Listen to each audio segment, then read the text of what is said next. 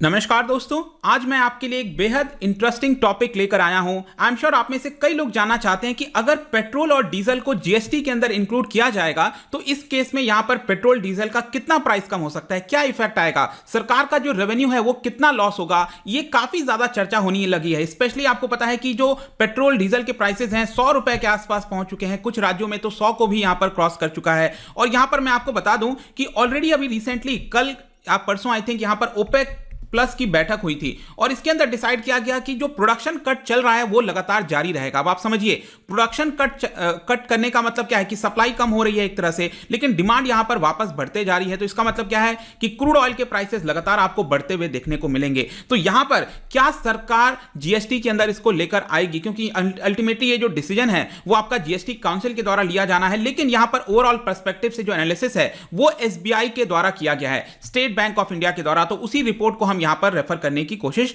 करेंगे। चलिए आगे बढ़ते हैं। मैं हूं अंकित अग्रवाल और अपडेट के लिए आप मुझे फॉलो कर सकते हैं इंस्टाग्राम, फेसबुक और ट्विटर पर। मेरे लेक्चर की हर पीडीएफ आपको फेसबुक पर तो मिलेगी, प्लस साथ में आप मेरा टेलीग्राम चैनल ज्वाइन कर सकते हैं by searching Ankit Agarwal official. और जैसा कि आपको पता है कि यूपीएससी का नोटिफिकेशन आ चुका है, आई होप कि आपकी तैयारी अच्छी चल रही होगी। तो यहां पर स्टडी आईक्यू लाया है आपके लिए पूरा यूपीएससी का कंप्लीट पैकेज, जिसके तहत आप यहां पर अपनी प्रिपरेशन को बेस्ट तरीके से कर सकते हैं, क्योंकि यहां पर आपको सभी प्रकार के जो ऑफर्स हैं वो दिए जाते हैं, चाहे वीडियोस हो, स्निपेट्स हो, डेली क्विज हो, मैगजीन्स हो गए, हर एक चीज आपको कंप्लीट पैकेज के तौर पर मिल जाएगा। आप स्टडी आईक्यू के जो एंड्रॉइड ऐप है वो डाउनलोड कर सकते हो, या फिर अगर आप लैपटॉप में देखना चाहते हो तो यहां पर वेबसाइट भी आप विजिट कर सकते हैं। तो सबसे पहले यहां पर अब हम देखते हैं कि हुआ क्या है। तो बेसिकली यहां पर न्यूज इसलिए आ गई है अचानक से क्योंकि ओपेक और जो ओपेक प्लस जो देश हैं, जैसे कि ओपेक को लीड किया जाता है सऊदी अरब के द्वारा और ओपेक प्लस जो बाकी के देश हैं उसको लीड किया जा रहा था रशिया के द्वारा। तो यहां पर एक मीटिंग हुआ था जिसके तहत डिसाइड करना था कि जो प्रोडक्शन का कट किया जा रहा है, ये जो देश हैं जो ऑयल प्रोड्यूसिंग देश हैं, अगर वो प्रोडक्शन में कट करेंगे तो यहां पर फर्दर क्या होगा कि प्राइसेस आपको बढ़ते हुए देखने को मिलेगा। और पिछले पैंडेमिक के बाद से अगर आप देखोगे जनवरी 2020 के बाद से अपने हाईएस्ट स्तर पर आ चुका है। यहां पर आप देख सकते हो एक समय था जब ये पिछले साल $20 पर बैरल पर चला गया था क्रूड ऑयल का प्राइस, लेकिन अब आप देखिए यहां पर जो लेटेस्ट प्राइस मुझे दिखा है वो अराउंड $69 पर बैरल। हो सकता है आगे चलकर ये $75 भी चला जाए। तो यहां पर एक्चुअली अगर आप देखोगे जो मीटिंग हो रही थी उसमें सऊदी अरब कहीं ना कहीं ज्यादा फोर्स कर रहा था कि यहां पर प्रोडक्शन कट करना चाहिए, लेकिन दूसरी तरफ जो रशिया है वो चाह रहा था कि ठीक है हम प्रोडक्शन बढ़ाएंगे, क्योंकि आप समझो प्रोडक्शन बढ़ेगा तो एक तरह से उनको ही फायदा होगा। जितना ज्यादा प्रोडक्शन बढ़ेगा तो यहां पर ऑयल उतने ज्यादा सेल होंगे और उसकी वजह से यहां पर उनको रेवेन्यू ज्यादा होगा। लेकिन सऊदी अरब चाहता था कि नहीं, यहां पर हमें प्राइसेस थोड़ा सा ज्यादा चाहिए, क्योंकि जो क्रूड ऑयल को प्रोड्यूस करने का, जो निकालने का जो कॉस्ट है वो सऊदी अरब का काफी ज्यादा आ जाता है, रशिया का भी ज्यादा आ जाता है। तो यहां पर इसीलिए डिसाइड किया गया कि नहीं, हम प्राइस को बढ़ते हुए ही देखना चाहते हैं। तो अब देखते हैं दोस्तों यहां पर जो डिमांड है इसको लेकर जीएसटी के अंदर इंक्रीज होता जा रहा है। तो जैसे कि पेट्रोल डीजल के प्राइसेस बढ़ते जा रहे हैं तो यहां पर लोगों की डिमांड आ रही है वापस से कि जीएसटी के अंदर इसको इंक्लूड किया जाए ताकि पेट्रोल डीजल के प्राइस कम हो जाए। अब करंट का अगर आप स्ट्रक्चर देखोगे, देखो जब हम पेट्रोल डीजल की बात करते हैं तो ये ओवरऑल पीओएल प्रोडक्ट्स के अंदर आता है। पीओएल प्रोडक्ट्स क्या हो गए? Petroleum oil lubricants. तो ये जो आपके पीओएल प्रोडक्ट्स हैं, पेट्रोल डीजल जितने भी आते हैं चीजें, केरोसिन कोई भी चीज हो गया आपका, तो इसके अंदर क्या है, मल्टीपल टैक्सेस लगाए जाते हैं। हर एक राज्य का अलग अलग आपको टैक्स देखने को मिलेगा और इसी की वजह से आप देख सकते हो जो 5 मार्च का मैं आपको रेट दिखा रहा हूं, पेट्रोल का प्राइस आप देख सकते हो अलग अलग जो महानगर हैं उसके अंदर, और डीजल का प्राइस भी आप यहां पर देख सकते हैं। तो ऑलरेडी पेट्रोल के प्राइसेस 90 को क्रॉस कर चुका है, मुंबई में तो ऑलमोस्ट ये 100 होने वाला है। तो ये जो जीएसटी लगाया जाएगा पीओएल प्रोडक्ट्स के ऊपर, मतलब लगाया जाना था, लगाया नहीं गया, तो 2017 से इसकी चर्चा हो रही है, क्योंकि जीएसटी हमारे देश के अंदर 2017 में आ गया था। तो बाकी जीएसटी बेसिकली क्या है, जितने भी इनडायरेक्ट टैक्स हैं उसको एक्यूमुलेट करके एक सिंगल टैक्स के अंदर डाल दिया जाए। लेकिन पेट्रोल डीजल के अंदर ये जो पीओएल प्रोडक्ट्स हैं उसके अंदर अगर आप देखोगे तो यहां पर अलग अलग टाइप के लगातार टैक्स लगाए जाते हैं, चाहे एक्साइज ड्यूटी हो गया, वैट हो गया, सेस हो गया, कई तरह के टैक्स लग जाते हैं, जिसके लिए स्ट्रक्चर यहां पर काफी ज्यादा कॉम्प्लिकेट हो जाता है। तो यहां पर सबसे बड़ा कंसर्न राज्यों को है, स्टेट को ऐसा लगता है कि अगर यहां पर इसको जीएसटी में इंक्लूड कर दिया गया तो उनकी जो फिजिकल ऑटोनॉमी है, क्योंकि जीएसटी आने से ऑलरेडी आपको पता है कि उनकी जो ऑटोनॉमी है वो चली गई है, क्योंकि पहले राज्य जो है वो कई प्रकार के टैक्सेस लगाया करते थे, लेकिन अब उनके पास वो इतना इंडिपेंडेंट रहा नहीं है। तो यहां पर वो चाहते हैं कि एटलीस्ट पेट्रोल डीजल उतना जीएसटी के अंदर ना आ जाए। इसकी वजह से क्या होगा, उनका जो रेवेन्यू जनरेशन है, क्योंकि रेवेन्यू के मामले में अगर आप देखोगे तो जीएसटी अलग से जो टैक्स लगाया जाता है, वैट लगाया जाता है पेट्रोल डीजल के ऊपर, उसकी वजह से बहुत सारा रेवेन्यू कलेक्ट होता है। और आप यहां पर देख भी सकते हैं कि राज्यों के द्वारा कितना रेवेन्यू कलेक्ट किया गया, सेंटर के द्वारा कितना किया गया। 2015-16 से आप देख सकते हो लगातार आपको यहां पर रेवेन्यू में इजाफा देखने को मिलेगा। 2020-21 में ऑलरेडी 5 लाख करोड़ ये क्रॉस कर चुका है और आगे तो ये और भी ज्यादा क्रॉस कर जाएगा।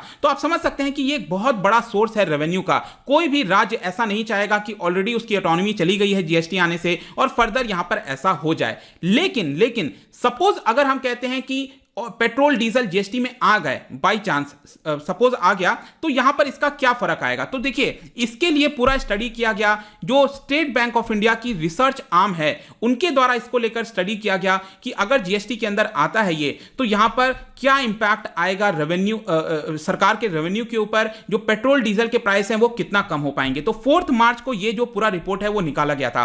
अब देखिए, अगर हमें पेट्रोल डीजल को जीएसटी के अंदर लाना है और उसके ऊपर रिपोर्ट निकालनी है तो कुछ अजम्पशंस लेना होगा, राइट, कि पेट्रोल डीजल का जो क्रूड ऑयल का प्राइस है इस समय कितना चल रहा है। तो उन्होंने कुछ अजम्पशंस लिया है, जैसे कि क्रूड ऑयल का प्राइस जो ऑल्दो ये अभी $70 हो गया है पर बैरल, लेकिन उन्होंने कहा है कि चलो हम मान के चलते हैं ये $60 पर बैरल है, ठीक है। और जो रूपी डॉलर का एक्सचेंज रेट है, क्योंकि एक्सचेंज रेट भी इंपॉर्टेंट होता है, क्योंकि ज्यादातर क्रूड ऑयल हम बाहर से मंगाते हैं, तो यहां पर $1 इक्वल्स टू कितना रुपये, तो उन्होंने अज्यूम किया है कि 73 रुपीज है, मान के चलो। ट्रांसपोर्टेशन चार्जेस मान के चलते हैं, डीजल के ऊपर 7 रुपए है, पेट्रोल के ऊपर 3-4 रुपए है। डीलर का जो कमीशन होता है, जो पेट्रोल बेचता है, ये हम सपोज मान के चलते हैं इतना इतना है। तो इस तरह के अजम्पशंस लगाए गए हैं। सेम अगर जीएसटी का भी अजम्पशन लगाया गया है कि सरकार सपोज हाईएस्ट जीएसटी लगाती है, इसके अंदर 28% जीएसटी लगाती है, तो ये अजम्पशन लिया गया है। इसके अलावा यहां पर बोला गया है कि जो कंजम्पशन ग्रोथ रेट है इसका, ये 10% और 15% बढ़ता रहेगा साल दर साल। और इसके अलावा याद रखिएगा आप कि जो भी जीएसटी लगाया जाएगा वो किस चीज के ऊपर लगाया जाता है।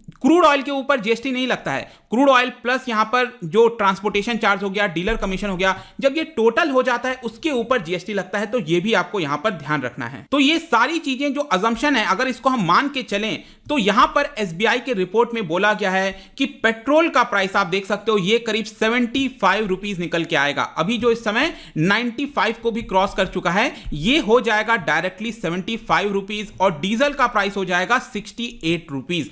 ऐसा इसके अंदर बताया गया है रिपोर्ट के अंदर। प्लस ऑब्वियस सी बात है, पेट्रोल डीजल का प्राइस कम हो रहा है तो रेवेन्यू तो कम होगा ही सरकार का। कितना रेवेन्यू कम होगा, तो इसके अंदर बताया गया है कि सेंट्रल गवर्नमेंट का रेवेन्यू 1 लाख करोड़ रुपए कम होगा, डायरेक्ट 1 लाख करोड़ रुपए, मतलब आप कह सकते हो अराउंड 0.5% ऑफ आवर जीडीपी, ठीक है। और राज्यों का करीब 30,000 करोड़ रुपए जो रेवेन्यू है वो लॉस होगा। ऑल्दो मैं बता दूं कि राज्यों का और ज्यादा लॉस होगा, क्योंकि 1 लाख करोड़ जो सेंट्रल का लॉस हो रहा है, इसमें से 42% किसके पास जाता है, फाइनेंस कमीशन के अकॉर्डिंग ये जाता है आपका राज्यों के पास। तो ये भी आपको ध्यान रखना है कि राज्यों का 42,000 करोड़ प्लस ये आप 30,000 करोड़, 72,000 करोड़ के आसपास कह सकते हो लगभग, ठीक है। तो ये आपका लॉस होगा अगर ये सारे अजम्पशन अगर हम लेके चलें कि क्रूड ऑयल प्राइस इतना है, ये इतना है, तो पेट्रोल डीजल का प्राइस 75 रुपीज और 68 रुपीज आ जाएगा। तो सपोज अगर मैं मान के चलूं कि ये मैंने आपको क्या बताया, $60 है पर बैरल, ठीक है, उसके हिसाब से यहां पर सेंट्रल गवर्नमेंट को इतना लॉस हो रहा है, ठीक है। अगर सपोज यहां पर क्रूड ऑयल का प्राइस बढ़ जाता है, $75 पहुंच जाता है, अगर इसके हिसाब से हम देखेंगे तो सरकार को इतना लॉस होगा। आप समझ रहे हो, देखो ऑब्वियस सी बात है कि यहां पर क्रूड ऑयल का प्राइस बढ़ रहा है, मतलब जीएसटी का जो परसेंटेज है वो सरकार को ज्यादा मिलेगा ना, क्योंकि 28% है, तो परसेंटेज टर्म में सरकार के पास ज्यादा रेवेन्यू आएगा जितना क्रूड ऑयल का प्राइस होगा। इसकी वजह से लॉस कम हो जा रहा है। और नीचे जैसे जैसे क्रूड ऑयल का प्राइस कम होगा, सरकार का लॉस बढ़ता जाएगा। क्यों बढ़ता जाएगा, क्योंकि यहां पर आप देख पा रहे हो कि जो रेवेन्यू मिलना है सरकार को वो कम होता जाएगा जीएसटी पर। तो ये आपका सिनेरियो है। इसके अलावा आप में से कई लोग सोच रहे होंगे कि सपोज अगर क्रूड ऑयल का प्राइस इस समय $75 हो जाता है, तो उस केस में यहां पर पेट्रोल का प्राइस 84 हो जाएगा और डीजल का प्राइस 77 हो जाएगा। सपोज बाई चांस अगर हम मान के चलते हैं पिछले साल जिस तरह से $20 पर बैरल हो गया था क्रूड ऑयल का प्राइस, ठीक है, उस केस में पेट्रोल का प्राइस 51 हो जाएगा और डीजल का प्राइस 44 हो जाएगा। लेकिन क्रूड ऑयल के प्राइस के ऊपर नीचे होने से, अगर ये सब हम कब मान के चल रहे हैं, जब जीएसटी के अंदर ये इंक्लूड हो जाएगा, ठीक है। तो आई होप कि ये जितने सिनेरियोज हैं वो आपको क्लियर हो गए होंगे। और यहां पर आप देख सकते हो कि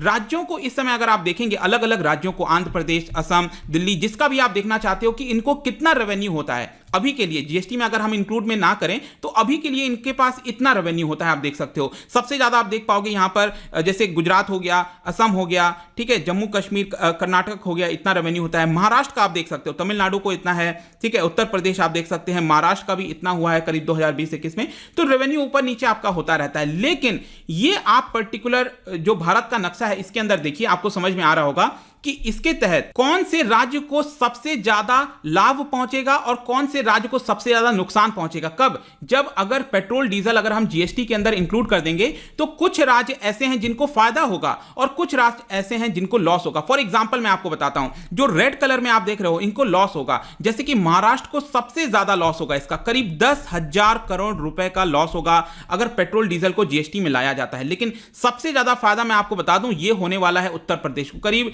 2,500 करोड़ का फायदा होगा। ठीक है, ये एसबीआई के रिपोर्ट में बोला गया है। ठीक है, तो ये जीएसटी का सिनेरियो है कि अगर जीएसटी आ जाता है तो ये सारी चीजें होंगी। आई होप कि आपको समझ में आ गया होगा। ऑल्दो मैं बता दूं कि जीएसटी अभी देखना होगा कि आएगा कि नहीं, क्योंकि मार्च के महीने में जीएसटी की मीटिंग होने वाली है, उसके अंदर ये लिया जाएगा कि क्या हम इनको इंक्लूड करना है कि नहीं, वो तो आगे आने वाला समय बताएगा। लेकिन न्यूज में एक और चीज सामने आ रही थी कि जो सेंट्रल गवर्नमेंट के द्वारा एक्साइज ड्यूटी लगाई जाती है, ठीक है, उसमें करीब 8-9 रुपए शायद कम किया जा सकता है। अब कब कम किया जाएगा कि नहीं किया जाएगा मुझे नहीं पता, लेकिन न्यूज में ऐसा चल रहा था। तो ये पूरा वीडियो था दोस्तों रिगार्डिंग पेट्रोल डीजल को अगर हम जीएसटी में इंक्लूड कर देते हैं। जाने से पहले एक इंटरेस्टिंग क्वेश्चन आपके लिए लेकर आया हूं। देखिए, जो ओपेक है, organisation for petroleum exporting countries जिनको हम कहते हैं, इसके अंदर अगर आप देखोगे तो 1960 में इसको बनाया गया था 14 सितंबर को। यह बेसिकली क्या हुआ था कि इराक की कैपिटल बगदाद के अंदर 5 देशों के द्वारा मीटिंग बैठाई गई थी, उसके अंदर ओपेक बनाया गया। ठीक है, तो इसके अंदर 5 फाउंडिंग मेंबर्स आपको मिलेंगे। आगे चलकर धीरे धीरे और मेंबर्स ऐड होते गए।